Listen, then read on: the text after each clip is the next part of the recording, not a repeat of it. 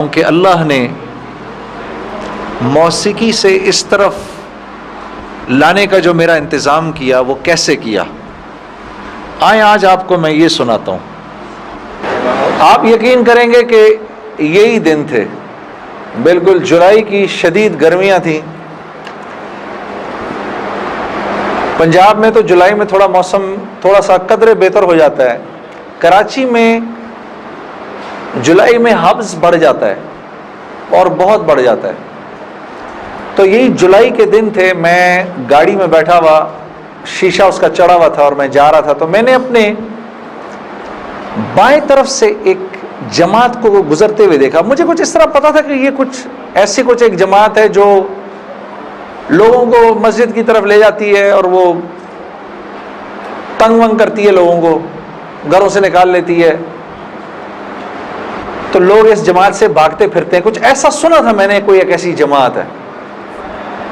تو میرے دل میں یہ خیال آیا کہ دیکھو تم تو آرام سے گھر میں بیٹھے ہوئے ہو، گاڑی میں بیٹھے ہوئے ہو، اور یہ دیکھو یہ بیچارے لوگوں کو نماز کی طرف، اللہ کی طرف بلا رہے ہیں، اور ان کے کپڑے بالکل بھیگے ہوئے تھے پسینے سے، اور تم ان کے بارے میں غلط سوچ رہے ہو. ایسا نہ ہو کہ آگے جا کے تمہاری گاڑی وجے کہیں. تو اپنی گاڑی کو بچانے کے چکر میں میں نے وہاں سے یو ٹرن مارا، اور یو ٹرن مار کے میں واپس لایا، اور واپس لا کے میں نے گاڑی کو یہ جماعت کے کچھ جو ساتھی تھے ان کے آگے روک لیا. روک کے میں گاڑی سے اتر کے میں جو جماعت کا جو سب سے آگے جو تھے بزرگ تھے، میں ان کے پاس گیا اور میں نے جا کے ان سے ایسے ہاتھ کیا، ہاتھ ملا کر میں نے کہا جی آپ بڑا اچھا کام کریں، میرے لیے بھی دعا کریں. ایسے ہی کہہ دیا میں نے. تو انہوں نے میرا ہاتھ پکڑ لیا اور مجھے کہنے لگے میں آپ کے لیے ضرور دعا کروں گا. اب مجھے کیا پتا کہ گشت پر نکلا ہوا ہو کوئی، اور وہ گشت پہ نکلا ہوا آدمی دعا کرے، یہ کیسے ہو سکتا ہے اللہ قبول نہ کرے؟ ہو سکتا ہے اس اللہ کے ولی نے میرے لیے دعا کر دی ہو. اب آپ لوگ اللہ کا نظام دیکھیں میری بہنوں اور میرے بھائیوں، بہت عجیب بات ہے. اس جماعت میں ایک جو لڑکے تھے ان میں سے ایک نے اپنی مسجد میں جا کر بتایا کہ تمہیں پتہ ہے آج ہمیں روکا کس نے؟ تو انہوں نے کہا بھائی کس نے روکا؟ کہا وہ سنگر نہیں ہے جنید جمشید، اس نے آج، یہ لوگ مقامی گشت کر رہے تھے، اس نے گشت کے دوران ہمیں روک لیا. اس نے ہم سے ایسے کہا بھائی ہمارے لیے دعا کرنا. اور جس مسجد میں اس نے یہ بات کہی، اس مسجد میں ایک نمازی تھا جو تبلیغ میں لگ چکا تھا. وہ 16 سال پہلے میرے ساتھ اسکول پڑھتا تھا. اللہ کا نظام دیکھیں، 16 سال پہلے میرے ساتھ اسکول میں پڑھتا تھا، تبلیغ میں لگ چکا تھا. اس نے کہا کس نے روکا تمہیں؟ کہا وہ نہیں ہے، وہ سنگر جنید جمشید، اس نے روکا ہمیں. اس نے کہا اچھا میں ٹھیک ہے. اب میرے اس دوست نے مجھے ڈھونڈنا شروع کیا. ہاں بچوں آپ لوگ آگے آ جاؤ، ادھر قالین پر آ جاؤ، ادھر آ جاؤ، ادھر آ جاؤ، آؤ میرے بھائی آگے آ جاؤ، ادھر قالین پر بیٹھ جاؤ. میرے لیے تو یہ کافی ہے، یہ قالین تمہارا ہی ہے، بیٹھ جاؤ ادھر آ کے بیٹھ جاؤ. لیکن بات نہیں کرنی اور یہ نہیں کرنا. آپ نے انکل کی بات سننی ہے، ٹھیک ہے، یہ نہیں کرنا، یہ نہیں کرو تھوڑی دیر کے لیے، کیونکہ اگر یہ کرتے رہو گے پھر بیٹا سمجھ ہی نہیں آئے گی ہم نے کیا بات کی. ٹھیک ہے، 2 منٹ کے لیے شیطانی ہتھ کنڈے سے جان چھڑا لو. ہاں اچھا. تو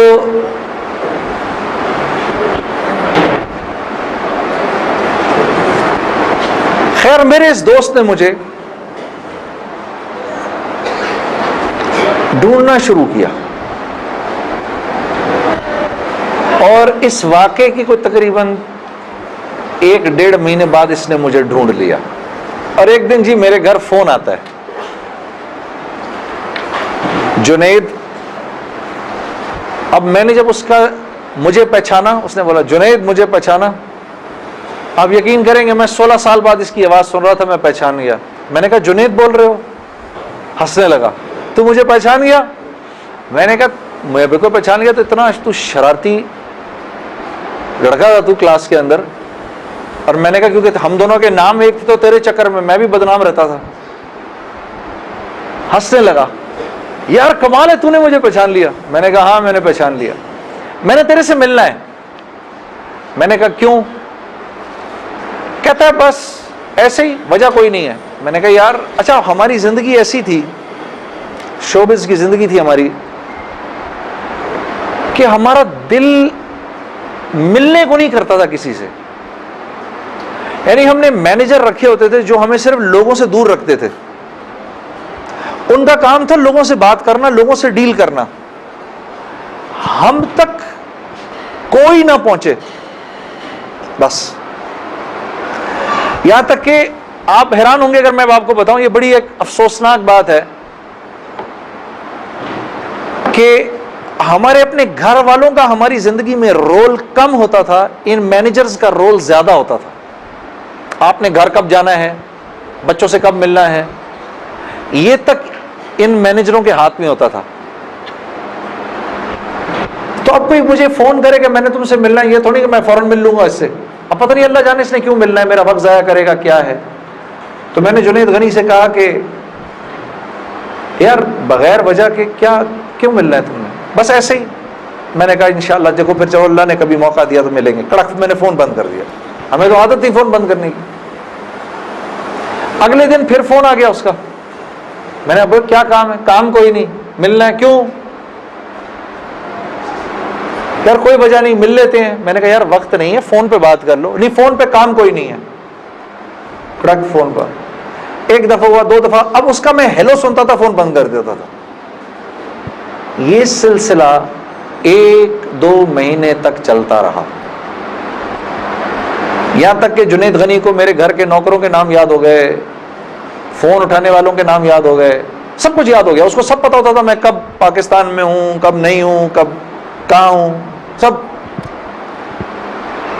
ایک دن اس کا فون آیا, تو جب میں نے فون رکھنے لگا مجھ سے کہتا دیکھ میں تجھے اللہ کا واسطہ دیتا ہوں, میری 1 منٹ کی بات سن لے. میں نے بولا بولو. میں ابھی عمرہ کر کے آیا ہوں, تو میں مدینے اور مکے کی کھجوریں اور زمزم اور یہ کچھ چیزیں لے کر آیا ہوں, یہ لے لے میرے سے, پھر اس کے بعد میں چلا جاؤں گا. کتنی دیر کے لیے آؤ گے تم؟ 5 منٹ کے لیے. میں نے کہا ہاں 5 منٹ. جنید غنی یاد رکھنا 5 منٹ. 5 منٹ. دوپہر کو مجھے یاد ہے 3:30 بجے ابھی تک پلاننگ ہوئی, جنید غنی صاحب آیا. میں نے جب جنید غنی کو دیکھا تو میرا تو دماغ ہی چکرا گیا. کیا دیکھتا ہوں, سفید لباس جیسے مولوی صاحب نے پہنا ہوا ہے, سر پہ پگڑی, اتنی بڑی داڑھی, اوپر واسکٹ پہنی ہوئی اس نے, پائنچے اس کے اوپر.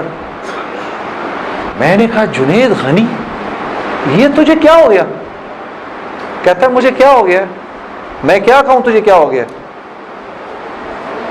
میں نے کہا یہ تیرا حال تیرے جیسا ہے شیطان, یہ اتنا بڑا بزرگ بنا ہوا,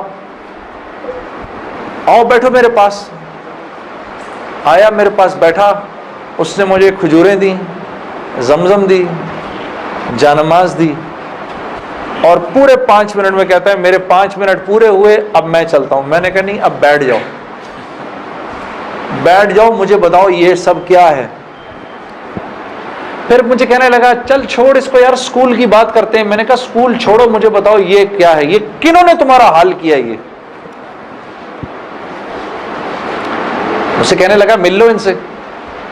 میں نے کہا ہاں میں نے ان سے ملنا ہے, میں نے ان سے ملنا ہے. آپ سوچو کوئی آدمی تبلیغ والوں کے چنگل میں پھنس جائے, ہاں.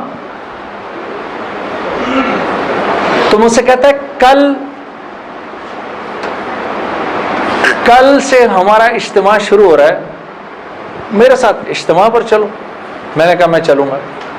تو میں کل تمہیں پک کرنے آؤں گا, صبح کے وقت پک کرنے آؤں گا. آپ یقین کرو 5 منٹ کے لیے آیا تھا, 3.5 گھنٹے میں نے بٹھا کے رکھا اس کو اپنے پاس. میں اس سے باتیں سنتا رہا, جنید غنی کیا, پھر کیا ہوا, پھر کیا ہوا, پھر کیا ہوا, کیا ہوا, کیا ہوا. آخر میں نے کہا میں تمہارے ساتھ اجتماع پر چلوں گا.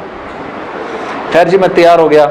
میں نے اپنی نئی صاف ستھری جینز نکالی, اپنی میں نے ٹی شرٹ نکالی, لمبے لمبے میرے بال تھے. ہاں میں تیار ہو گیا جس طرح میرا خیال تھا بہترین طریقے کا تیار ہونے کا, میں ہو گیا تیار. اب جب میں وہاں پہنچا, اترا, میں نے جا کے اجتماع دیکھا تو میں نے دیکھا کہ ہر آدمی شلوار قمیض میں, ہر آدمی کے سر پہ ٹوپی. تو میں نے جنید غنی سے کہا, جنید غنی سن, یہ مجھے کوئی مار وار تو نہیں دے گا ادھر ہے, کو میرا کو قتل وتل تو نہیں ہو جائے گا میرا؟ کہتا نہیں ہم لوگ مارنے والی پارٹی نہیں, ہم لوگ کھلانے والی پارٹی ہیں. میں نے کہا اچھا لے جاؤ مجھے اندر. پھر اب میں اندر جانا شروع ہوا اجتماع گاہ میں, تو میں نے دیکھا کہ لوگ ایک دم اکٹھے ہونا شروع ہو گئے. پیچھے سے مجھے آوازیں آئیں, ارے یار یہ تو جنید جمشید ہے یار. کو دو چار آوازیں آئیں, ابے یہ ادھر کیا کر رہا ہے؟ تو مجھے یہ بات بری بھی لگی ہلکی سی, کیا مطلب بھائی کہ تم بہت بڑے مسلمان ہو, میں نہیں آ سکتا کیا؟ خیر میں اندر گیا, اندر جا کر بیٹھا تو میں نے دیکھا ایک مجمع سب پہنچ گیا ملنے کے لیے, دیکھنے کے لیے. جو بھی جنید غنی نے مجھے بٹھایا, تم ادھر ہی بیٹھو یہیں پر, اور میں ابھی ایک صاحب کو لے کر آتا ہوں. خیر یہ مجھے بٹھا کر چلا گیا. اتنی دیر میں ایک نوجوان لڑکا, یہ جیسے بھائی لوگ بیٹھے ہیں اپنے, 18-19 سال کا, یہاں سے بیچ میں سے راستہ توڑ کے میرے پاس آ گیا. مجھے آ کر کہتا ہے, جنید بھائی نماز پڑھتے ہیں آپ؟ تو میں اس کو ایسے دیکھنا شروع ہو گیا. اب میں نے کہا کیا جواب دوں میں اس کو, ہاں بولوں کہ نہیں بولوں, سچ بولوں کہ جھوٹ بولوں؟ میں دیکھتا رہا اس کو, دیکھتا رہا, لیکن اندر ہی اندر نا مجھے غصہ آنا شروع ہو گیا کہ اب یہاں یہ ہوگا, اگلا پوچھے گا آپ قرآن پڑھتے ہیں کہ نہیں پڑھتے ہیں, پھر اگلا پوچھے گا آپ روزے رکھتے ہیں نہیں رکھتے ہیں, آپ نے حج کر لیا. مطلب یہاں اب میری کیا اب یہاں پر کیریکٹر اسیسنیشن ہوگی کیا؟ میں ابھی یہاں پر کیریکٹر اسیسنیشن کروانے آیا ہوں, اپنی کردار کشی کروانے آیا ہوں میں یہاں پر. تو میں نے وہ لڑکا جو ساتھ بیٹھا تھا, میں نے کہا یار اس کو بولو جنید غنی کو, یہ مجھے غلط جگہ لے آیا, وہ میں یہاں سے جا رہا ہوں ابھی. وہ بھاگا گیا اس کے پیچھے, اس کو لے کر آیا. جنید غنی نے کہا کیا ہو گیا یار جنید, کیا ہو گیا؟ میں نے کہا یار کچھ نہیں. تو وہ کہتا ہے یہ ابھی ایک لڑکے نے آ کے پوچھا تھا ان سے آپ نماز پڑھتے ہیں نہیں پڑھتے ہیں. تو جنید غنی نے کہا تو نے اس لڑکے کو آنے کیوں دیا؟ اتنا غصے ہوا وہ اس پہ. میں نے جنید غنی کو ٹھنڈا کیا, میں خود بھی تھوڑا ٹھنڈا ہوا. میں نے کہا یار کیوں ناراض ہوتا ہے؟ وہ لڑکا بات تو صحیح کر رہا تھا نا کہ نماز پڑھنی تو چاہیے مجھے. تو اس نے جو جملہ بولا نا مجھے, وہ مجھے آج تک یاد ہے. جنید غنی نے جو جملہ بولا, اس نے کہا جنید ہم کیوں نہیں پوچھتے کہ تم نے کیوں نہیں کیا, ہم تو ترغیب دیتے ہیں, اس کے بعد اللہ سے دعا کرتے ہیں کہ اللہ وہ نیکی کرنے کی توفیق دے. ہاں وہ آج بھی مجھے وہ بات یاد ہے. اللہ پاک یہ مجھے بھی عطا کرے کہ ہم کسی سے یہ نہ کہیں بھائی تم نے کیوں نہیں کیا یہ, بلکہ نیکی کی ترغیب دیں اور پھر اللہ سے رات کو دعا کریں اللہ میرے اس بھائی کو, میری اس بہن کو توفیق دے وہ اس نیکی کو کر سکے. پھر میں نے کہا جنید غنی کو چل چھوڑ یار, میں ادھر ہی بیٹھا ہوں, میں کہیں نہیں جا رہا. اب جنید غنی صاحب نے ایک صاحب کو بلایا, ان کا نام تھا ڈاکٹر بلند اقبال. ابھی جب میں شان رمضان شان رمضان کر رہا تھا نا, یہ ابھی کچھ پچھلے رمضان میں, تو ڈاکٹر بلند اقبال صاحب بڑے عرصے بعد مجھے ملنے آئے. میں ملا ان سے, بڑی خوشی ہوئی. میں نے ان کو یاد کرایا وہ واقعہ جو میں اب آپ کو سنانے لگا ہوں. تو ڈاکٹر بلند اقبال صاحب میرے سامنے آ کے بیٹھ گئے.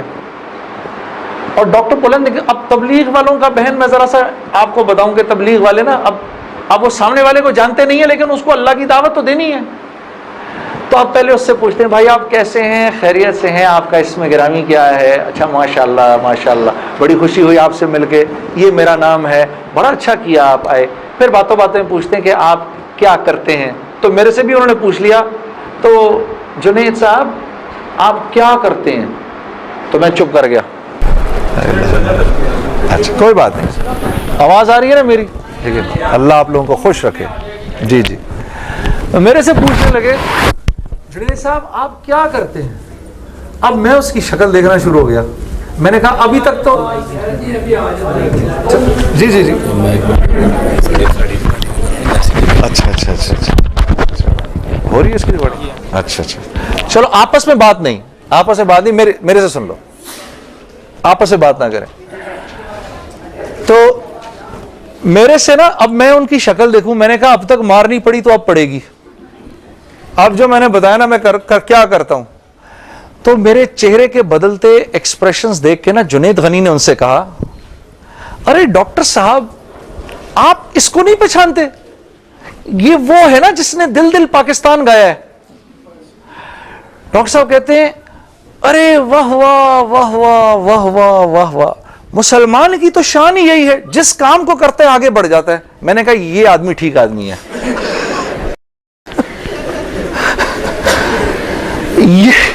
یہ بالکل ٹھیک آدمی ہے, اس سے کرو دوستی.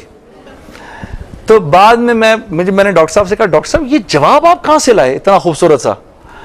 تو مجھے کہنے لگے, یار میں نہ تجھے جانتا نہ مجھے یہ پتا دل دل پاکستان کیا. تو جب اس نے بولا نا کہ اس نے دل دل پاکستان گایا, تو میں نے کہا واہ واہ واہ واہ, اور میں دل میں دعا کروں یا اللہ جلدی سے صحیح جواب میرے ذہن میں ڈال, جلدی سے صحیح بات ڈال میرے ذہن میں. تو میں نے فٹ کہہ دیا, اور یہ بات میرے دوستو ہے بھی سچ کہ مسلمان کی شان یہ ہے, مسلمان جس کام کو کرتا ہے نا, مسلمان اس کام میں آگے بڑھ جاتا ہے. ساری دنیا میں جن کاموں کو آپ برا کام سمجھتے ہیں نا کہ یہ برے کام ہیں, ان برے کاموں کو بھی اگر کبھی کسی مسلمان نے کیا نا تو یقین کرو غیروں سے بھی زیادہ کیا. ہاں یقین کرو, مسلمان ایک عجیب امت ہے, ہم سے بہتر کوئی نہیں. کنتم خیر امہ, بس یہ ہر لائن سے بہترین امت ہے.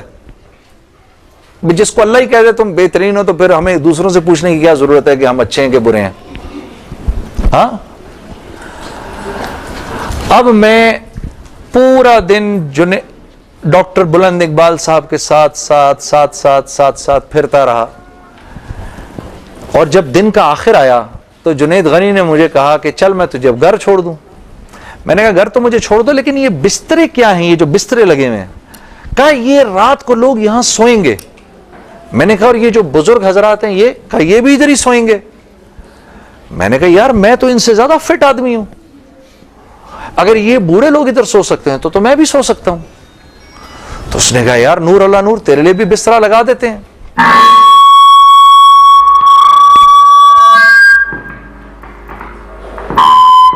جی اب ٹھیک ہے. تو مجھے کہنے لگا تیرے لیے بھی بسترا لگا دیتے ہیں. میں بھی سو گیا ادھر ہی اس رات کو. وہ شاید زندگی کی پہلی دفعہ زندگی میں رات کو تہجد کی نماز پڑھی, اٹھا دیا اس نے بیچ میں. تو ایک دن گزرا, دوسرا دن گزرا, تیسرے دن مولوی طارق جمیل صاحب کا بیان تھا. اب مجھے تو نہیں پتا یہ کون ہے. ہاں, جب مولوی صاحب نے بیان کیا تو میں نے جنید غنی سے کہا یار بڑے اچھے اچھے بیان تھے یہ سارے تیرے بزرگ, یہ کون آدمی ہے؟ کہنے لگا یار یہ ہیں ہمارے ایک مولانا. میں نے کہا یار میں نے ان سے ملنا ہے. کہتے یار ان سے نہیں مل سکتا کوئی.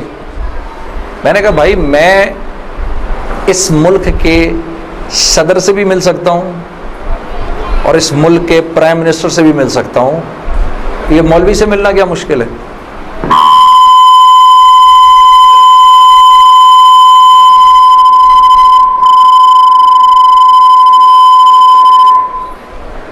اب ٹھیک ہے,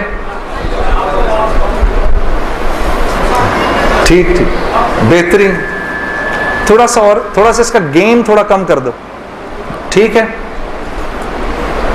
ان میں سے زیادہ تر لوگوں کو نہیں پتا کہ اس مائک سے میرا تعلق جو ہے وہ ان ساروں کی عمروں سے بھی پرانا ہے. اچھا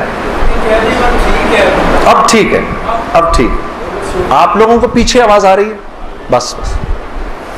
تو خیر میں نے سوچا مجھے ملنا ہے, ہر صورت میں ملنا ہے. کہنے لگا کہ یار کس طرح کریں گے, چل میں تجھے لے کے چلتا ہوں. خیر جی ہم پورے مجمع میں سے نکلے دونوں, کرتے وہ پیچھے حضرات کے ٹینٹس لگے ہوئے تھے. کرنگی میں ہوا تھا یہ کراچی کا اجتماع. میں اور یہ بات کر رہا ہوں 1997 سپٹمبر 1997 3 سپٹمبر مجھے ابھی تک یاد ہے، میری سالگرہ تھی 3 سپٹمبر 1997. عمر بھی بتا دوں میری کیا ہو گئی تھی، معلوم ہے سب؟ آپ کو سب کو پتہ چلے گا 50 سال کا تو ہو ہی گیا ہوں نا میں. ہاں اب کیا ڈرنا، جو 50 سال کا بندہ ہو جائے وہ کیا عمر چھپایا اپنی. خیر، تو میں جب ادھر پہنچا تو وہاں پر ایک لڑکا ایسے ڈنڈا لے کر کھڑا ہوا مولوی صاحب کے کمرے کے باہر. تو مجھے دیکھ کر وہ مسکرانے لگا، جنید بھائی آپ ادھر کیا کر رہے ہیں؟ اب مجھے 3 دن تو گزر گئے تھے. میں نے کہا کیوں بھائی، میں کیوں نہیں آ سکتا ادھر، تو بڑا مسلمان ہے میرے سے. ہنسنے لگا، نہیں نہیں نہیں وہ میں نہیں کہہ رہا، میں آپ کو دیکھ کے تھوڑا حیران ہو گیا، کیا کام ہے؟ میں آپ کا بڑا فین ہوں. میں نے کہا اچھا. تو میں نے کہا کہ مجھے یہ جو تھے نا مولانا طارق جمیل، ان سے ملنا ہے. کہ یار جنید بھائی ان سے تو ملنے کی کسی کو اجازت نہیں ہے. میں نے کہا تم جا کر بتاؤ تو صحیح کہ میں نے ملنا ہے. اچھا میں کچھ کرتا ہوں. خیر وہ اندر گیا، اس نے اندر جا کر کہا کہ آپ آئیں اندر. تو میرا دوست جنید غنی مجھے لے گیا. آپ یقین کرو میں نے مولوی طارق جمیل صاحب کو زندگی میں کبھی اکیلے بیٹھے نہیں دیکھا. وہ اللہ نے شاید اس دن ملوانا تھا یا بات کروانی تھی، اکیلے بیٹھے ہوئے تھے خیمے میں اپنے. جنید غنی نے جا کر اندر کہا مولانا میرا ایک دوست ہے جنید جمشید، وہ آپ سے ملنا چاہتا ہے. مولانا نے کہا کون؟ جنید جمشید؟ میں باہر کھڑا حیران ہو گیا، ان کو کیسے پتا میں کون ہوں؟ اندر بھیجو اس کو، اندر بھیجو. مجھے بلایا اندر اور جنید غنی کو کہا تم باہر جاؤ، تم باہر انتظار کرو. وہ باہر چلا گیا. یہ نوجوان جیسے بیٹھا ایسے جا کے میں مولوی صاحب کے سامنے بیٹھ گیا اور مجھے ایسے تیز نظروں سے انہوں نے دیکھنا شروع کر دیا. میں نے کہا آپ مجھے ایسے کیوں دیکھ رہے ہیں؟ کہتے ہیں میں تجھے نہیں دیکھ رہا، میں تو اللہ کی شان دیکھ رہا ہوں. میں نے کہا جی کیا مطلب؟ کہا تیرے بڑے بڑے بورڈ لگے ہیں فیصل آباد کے اندر، بڑے بڑے بورڈ لگے ہیں. میں اکثر ان بورڈز کو دیکھ کر کہتا تھا، مجھے بعد میں مولانا نے بتایا، میں ان کو بورڈز کو دیکھ کر کہتا تھا ہر ایک کو ہدایت مل سکتی ہے، اس کو نہیں مل سکتی. ہاں آج میں جب ادھر ایئرپورٹ آ رہا تھا تو ایئرپورٹ پہ تیرا بڑا سا بورڈ لگا ہوا تھا. ایسے ہی میرے دل میں آئی یا اللہ کیا یہ نہیں ہو سکتا کہ اس سے میری ملاقات ہو جائے، اور تو میرے سامنے بیٹھا ہے، میں اللہ کی شان دیکھ رہا ہوں. تو میں نے کہا اچھا.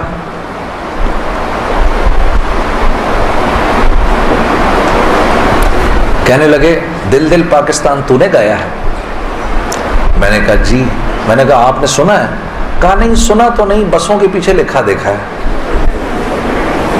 میں نے کہا چلو یہ کسی یوں پہنچا نہ پہنچا، آئے تو صحیح برسر الزام ہی آئے.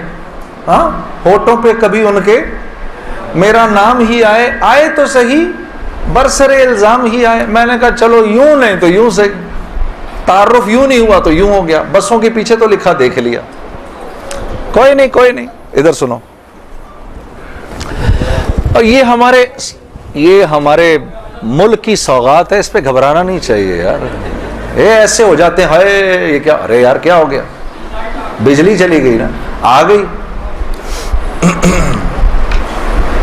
یہ تو ہمارے ملک کی سوغات ہے، اس پہ گھبرانا نہیں چاہیے. ہاں اس پہ اس لیے نہیں گھبراؤ. آپ نہیں گھبراؤ گے نا تو غیر بھی نہیں گھبرائیں گے. جب آپ گھبرا جاتے تو غیر بھی کہتے ہیں ہاں یار کوئی عجیب سی بات ہو گئی ہے. تو ہاں ان کو بھی بولو یوز ٹو ہو جاؤ بھائی، ہم لوگ مل بانٹ کے کھانے والے ہیں. کبھی آپ کے گھر نہیں تو کبھی ان کے گھر نہیں. ہاں کبھی میرے گھر تو کبھی آپ کے گھر. تو اس پہ گھبرانا نہیں چاہیے. خیر تو میں نے مولوی صاحب سے کہا مولانا میرا ایک سوال ہے. ایک پاکستانی نوجوان میری عمر کا جس نام شہرت کا تصور بھی نہیں کر سکتا، وہ سب کا سب میرے پاس موجود ہے. لیکن میں اندر سے خالی ہوں. لوگ اس بات کو نہیں جانتے. لوگ سمجھتے ہیں کہ میں بہت خوش ہوں، لیکن میں اندر سے بہت پریشان ہوں. بہت اضطراب ہے اور اس کی وجہ مجھے سمجھ نہیں آتی. فرمانے لگے تیرا مسئلہ یہ ہے کہ تجھے چوٹ لگی ہے سیدھے گھٹنے پر اور تو مرہم لگا رہا ہے الٹے گھٹنے پر. میں نے کہا جی وہ کیسے؟ فرمانے لگے دیکھو اللہ نے انسان کو دو چیزوں سے بنایا ہے. ایک مٹی سے بنایا ہے، ایک جسم سے بنایا ہے جو کہ مٹی کا بنا ہوا ہے، اور ایک روح ہے جو اللہ کا امر ہے. ٹھیک؟ تو جسم کیونکہ مٹی کا ہے اس لیے اللہ نے اس کی ہر ضرورت کو مٹی میں رکھا ہے. جو کھانا ہم کھاتے ہیں، جو کپڑے ہم پہنتے ہیں، جو پانی ہم پیتے ہیں، جو جن گھروں میں ہم رہتے ہیں، جو چیزیں ہم استعمال کرتے ہیں، یہ سب جسم کی ضرورت کی چیزیں ہیں. اور کیونکہ جسم مٹی کا ہے تو اللہ نے ان تمام ضرورتوں کو مٹی میں رکھا ہے. روح اللہ کا امر ہے، یہ آسمانوں سے آئی ہے تو اس کی خوراک بھی آسمانوں پر ہے، زمین میں نہیں ہے. پھر فرمانے لگے اگر میں تم کو سونے کے ایک محل میں بند کر دوں اور 4 دن کھانے کو نہ دوں تم کیا کرو گے؟ میں نے کہا ظاہر سی بات ہے میں چیخوں گا کہ مجھے کچھ کھانے کو دو. کہا بس یہی حال تیری روح کا ہے کہ تیرا جسم اچھے اچھے کپڑے پہنتا ہے، بڑی بڑی گاڑیاں چلاتا ہے، اچھے اچھے محلوں میں رہتا ہے، اور تو اپنے آپ کو سیٹسفائی کرنا چاہتا ہے، لیکن اندر تیری روح جو ہے وہ بھوکی ہو کے جب چیختی ہے تو تیرے سر میں درد ہوتا ہے. تو اس روح کی بھوک کا بھی تو علاج کر. تو میں نے کہا اس کی خوراک کہاں ہے؟ کہا یہ آسمانوں سے آئی ہے تو اس کی خوراک بھی آسمانوں پر ہے، زمین میں نہیں ہے. اور دل کے سکون، چین اور اطمینان کا تعلق اس مٹی کے بنے ہوئے جسم سے نہیں ہے بلکہ اس آسمان سے آئی ہوئی روح سے ہے.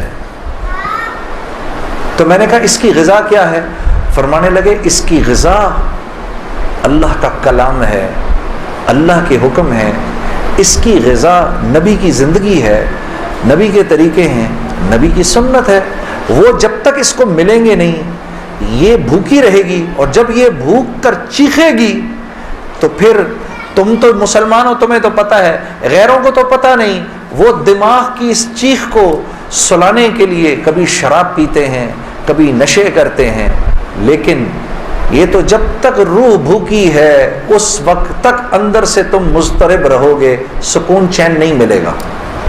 اور پھر قرآن کی وہ آیت پڑھی مجھے آج بھی یاد ہے، الا بذکر اللہ تطمئن القلوب، کہ اللہ پاک چیلنج دے رہے ہیں سب کو کہ اگر دل کا سکون، چین اور اطمینان چاہیے میرے بندو، مالداروں، حکومت والوں، دولت والوں، شہرت والوں، اگر تمہیں دل کا سکون، چین، اطمینان چاہیے تو تمہیں مجھ سے تعلق بنانا پڑے گا، مجھ سے یاری لگانی پڑے گی. مولانا کی یہ بات سن کر میں تو پہلے ہی پریشان تھا، 3 دن سے بیان سن رہا تھا، میں تو دھاڑے مار کے رونا شروع ہو گیا. روتا رہا بڑے دیر تک. پھر جب مجھے تھوڑا سا چین آیا تو میں نے کہا مولوی صاحب اس کا مطلب کیا ہے، میری پوری زندگی برباد ہو گئی؟ تو فرمایا نہیں، بالکل بھی نہیں، کہ یہ معاملہ تم دنیا والوں سے تھوڑی کر رہے ہو، یہ معاملہ تم تو اللہ سے کر رہے ہو. اور اللہ کے ہاں معاملہ کیا ہے؟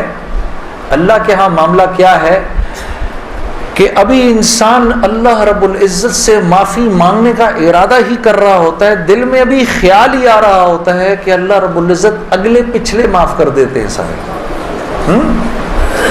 پھر مجھے فرمایا، یہ مجھے پھر بات سنائی، حدیث قدسی سنائی کہ میرے بندے تو یہ زمین و آسمان سارے کے سارے اگر اپنے گناہوں سے بھر دے، جو کہ تو بھر نہیں سکتا، اگر تمام جن و انس بھی مل جائیں تو بھر نہیں سکتا، لیکن اگر تو نے ایسا کر بھی دیا، ایک مرتبہ اگر تو نے کہا اے اللہ مجھے معاف کر دے، تو نہ صرف یہ کہ ہم تمہیں معاف کر دیں گے بلکہ تم ایسے ہو جاؤ گے جیسے تم نے ان گناہوں کو کیا ہی نہیں.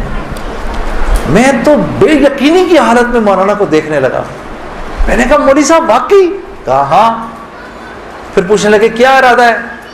اب میرا ارادہ میوزک چھوڑنے کا تو نہیں تھا کہ میں نے کہا ادھر آؤ، وہ کیا کہ نمازیں بخشوانے آئے، کیا روزے گلے پڑ گئے؟ ہاں جی، میرا تو کوئی پروگرام نہیں تھا میوزک چھوڑنے کا، لیکن گناہ بھی بخشوانے تھے. تو پھر مجھے کہنے لگے توبہ کرو گے؟ میں نے کہا مولوی صاحب کس چیز سے؟ کہا اپنی اس پچھلی زندگی سے۔ میں سوچ میں پڑ گیا۔ اچھا میں نے کہا جی میں توبہ کرتا ہوں۔ میں نے توبہ کی، یا اللہ میوزک چھوڑنے کا تو میرا کوئی موڈ نہیں، یہ مولوی بھی اللہ جانے کیا کہہ رہے ہیں، لیکن اگر تجھے اس سے کوئی میرے لیے بہتر زندگی نظر آتی ہے تو تو مجھے اس زندگی پہ لگا دے کہ واقعی میں چاہتا ہوں کہ تجھے راضی کر سکوں، تجھے خوش کر سکوں۔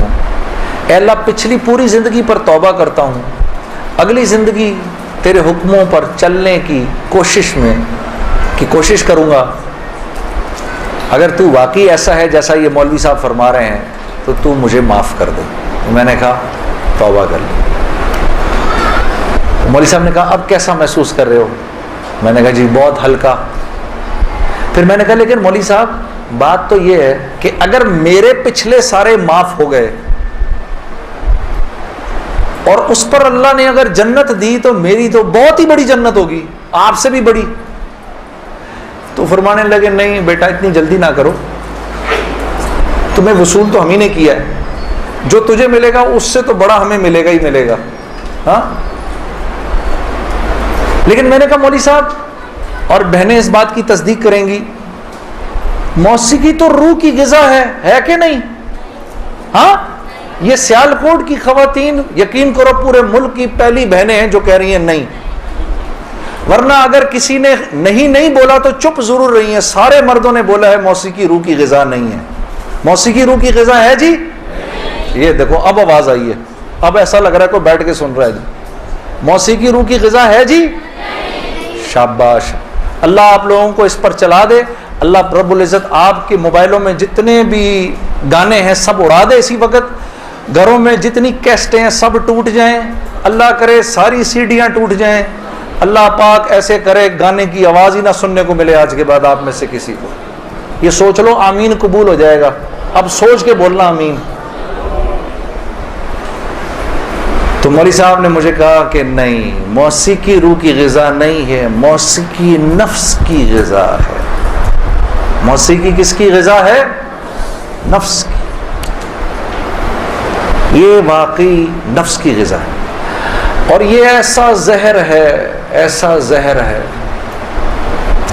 یہ جب اندر جاتا ہے تو پتہ ہی نہیں چلتا کہ نقصان کتنا کر گیا ہے۔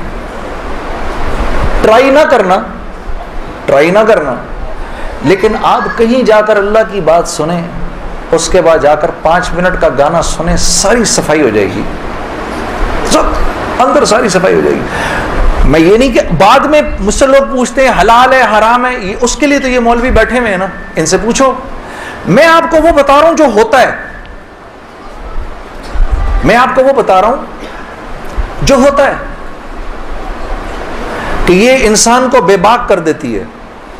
مجھ سے کسی نے پوچھا بھائی اپنے ملک کے لیے گانا، میں کہ بھائی اپنے ملک کے لیے گانا وہ ایک اور چیز ہے،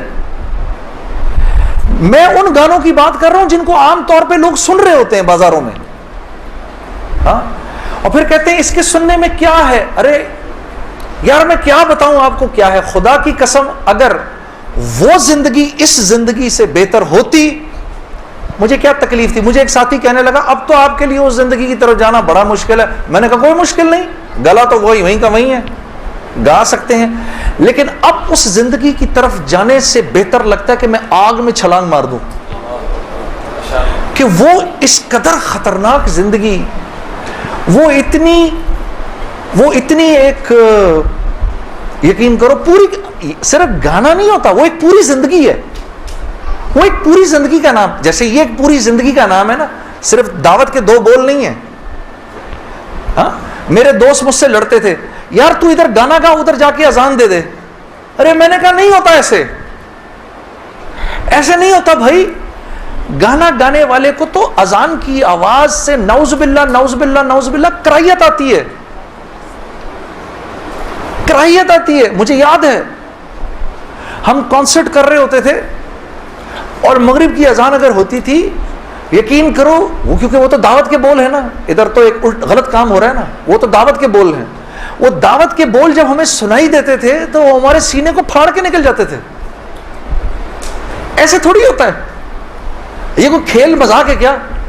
یا یہ کوئی ٹی وی کا پروگرام ہے کہ جس میں ایکٹنگ ہو رہی ہے کہ نہیں بھئی ادھر جا کر اذان دے دی, ادھر جا کے گانا گا دی, ادھر جا کے اذان دے دی.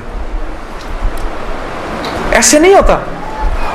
اور پھر اللہ کے نیکی کے کام کرنے کی تو اللہ کی طرف سے توفیق ملتی ہے میرے دوستو. ہاں, عمل صالح کرنے کی تو توفیق ملتی ہے. یہ ایسے ہی تھوڑی کو میرا مطلب ہے خالہ جی کا کھیل ہے کہ 95% نماز نہیں پڑھ رہا اور 5% نماز پڑھ رہا ہے. کیوں ہے ایسا؟ سب کیوں نہیں پڑھ رہے؟ من جانب اللہ توفیق ملتی ہے. خیر جی, میں کھڑا ہوا, میں نے کہا اچھا مولانا آپ سے وعدہ تو کر لیا. میرے دوستو میں باہر نکلا سوچتا ہوا, میرے اندر آپ یقین کرو ایک تلاطم برپا ہو گیا. ہاں, ایسی میرے اندر ایک خیر و شر کی نا جنگ شروع ہو گئی ایسے کر کے. ایسی جنگ, راتوں کو اٹھ جاتا تھا میں اور پوری رات بیٹھا رہتا تھا ایسے, جانماز کھول کے میں بیٹھ جاتا تھا, سوچتا رہتا تھا میں کیا کرنے لگا ہوں. ایک لمحے خیال آتا تھا نہیں بڑی نیکی کا کام کر رہا ہے تو لوگوں میں محبتیں پھیلا رہا ہے, لوگ خوش ہو رہے ہیں. دوسری طرف خیال آتا تھا یار کیا یہ اللہ رسول کو یہ بات منظور ہے, ان کو پسند ہے, میں کیا کر رہا ہوں. پھر یہ خیال آئے ارے نہیں ان مولویوں کی نہ سننا. پھر یہ خیال آئے. یاد رکھنا آپ کو میں ایک 2-4 وہ باتیں بتا رہا ہوں جو میرے پہ گزری, یہ میں گر کی باتیں بتا رہا ہوں آپ کو. جب شیطان اپنا چکر چلائے گا نا 2 باتیں کرنے کو کہے گا, یاد رکھنا. پہلی بات, یار یہ تبلیغ والوں سے اب ملنا مت, مولانا سے بات نہ کرنا, ملنا مت. دوسری, مسجد میں نہ جانا. 2 کام نہ کرنا کبھی, ایک تبلیغ والوں سے ملنا مت, ایک مسجد میں نہ جانا. اور بہنوں یہی تمہارے ساتھ ہوگا. وہ جو ہے نا وہ اپنا تبلیغی ساتھی, اس کی بیوی, اب اس کو فون نہ کرنا آئندہ, ٹھیک ہے, اس کے گھر نہ جانا, اب تعلیم میں نہ جانا, کیونکہ اس کو پتا ہے یہ وہاں گئی اور عورت کا دل تو مرد سے 10 گنا زیادہ جلدی اللہ کی بات کو لے لیتا ہے. ہاں, فوراً. میں واپس آ کے بیوی کو کارگزاری سناتا تھا تو میں اس کی حالت بدلی بھی دیکھتا تھا, حالانکہ وہ نہ مسجد آئی نہ اس نے وہ اعمال ہوتے دیکھے. اس لیے میں آپ کو بتا رہا ہوں بھائی, جب آپ نکلا کرو گھر واپس آ کر بیوی کو سب بتایا کرو ہم نے کیا کیا. وہ جذبات بنتے ہیں گھر والی کے, اور جب گھر والی کے جذبات بنتے ہیں تو پھر بچوں کی صحیح تربیت شروع ہوتی ہے. دین ان کی زندگی میں آیا تو گھر کے اندر آ گیا, جب تک آپ کی زندگی میں ہے گھر سے باہر ہے. گھر والی کی زندگی میں آ گیا, گھر کے اندر آ گیا. تو میں آہستہ جو بھی 3 دن میں سنتا تھا آ کر گھر والی کو, عائشہ کو بتاتا تھا, عائشہ آج یہ سنا, آج یہ سنا, آج یہ سنا. کرتے کرتے آہستہ پھر میں نے اپنی ماں کو بتانا شروع کیا, مرحومہ کو. اللہ کی شان, میں آج بھی اللہ کا شکر کرتا ہوں, مجھے موقع محل نہیں تو میں آپ کو کبھی بتاؤں جب میری ماں کا انتقال ہوا تو کیسے ہوا. میرے دل کی دعا ہے اللہ ہر عورت کو دنیا سے ایسے لے کے جائے جیسے ہماری والدہ گئیں. تو وہ میں اپنی ماں کو بتاتا تھا, میری ماں بھی ایک دم, اس نے بھی جلدی لینا شروع کر دیا. کرتے کرتے میری ماں, ہم سب گھر کی خواتین میں سب سے پہلے میری والدہ پردے میں آ گئیں فوراً. اور مولوی صاحب کہہ رہے ہیں ان کے انتقال کا بتائیں, میں ضرور بتاؤں گا آپ کو, مختصراً بتاتا ہوں. میری ساؤتھ افریقہ کی تشکیل تھی, پیچھے والدہ کی طبیعت بہت خراب ہو گئی. مجھے بھائی نے بولا جنید بھائی آ جائیں واپس کیونکہ امی جا رہی ہیں, امی نے اب نہیں رکنا. تو میں نے ساتھیوں سے کہا, انہوں نے کہا یار چلے جاؤ کیا فرق پڑتا ہے, یہ پھر یاد کرو گے ساری زندگی. اب میں سوچتا رہا, اب میں نے امی کو فون کیا, میں نے کہا اماں آ جاؤں, کہا نہیں ہرگز نہیں آنا. تو میں نے کہا کیوں؟ تو کہنے لگی اگر میرا انتقال ہوا تو میں کتنی خوش قسمت ہوں کہ میں اللہ کو بتاؤں گی کہ جب میرا انتقال ہوا تو میرا بیٹا تیرے راستے میں تھا.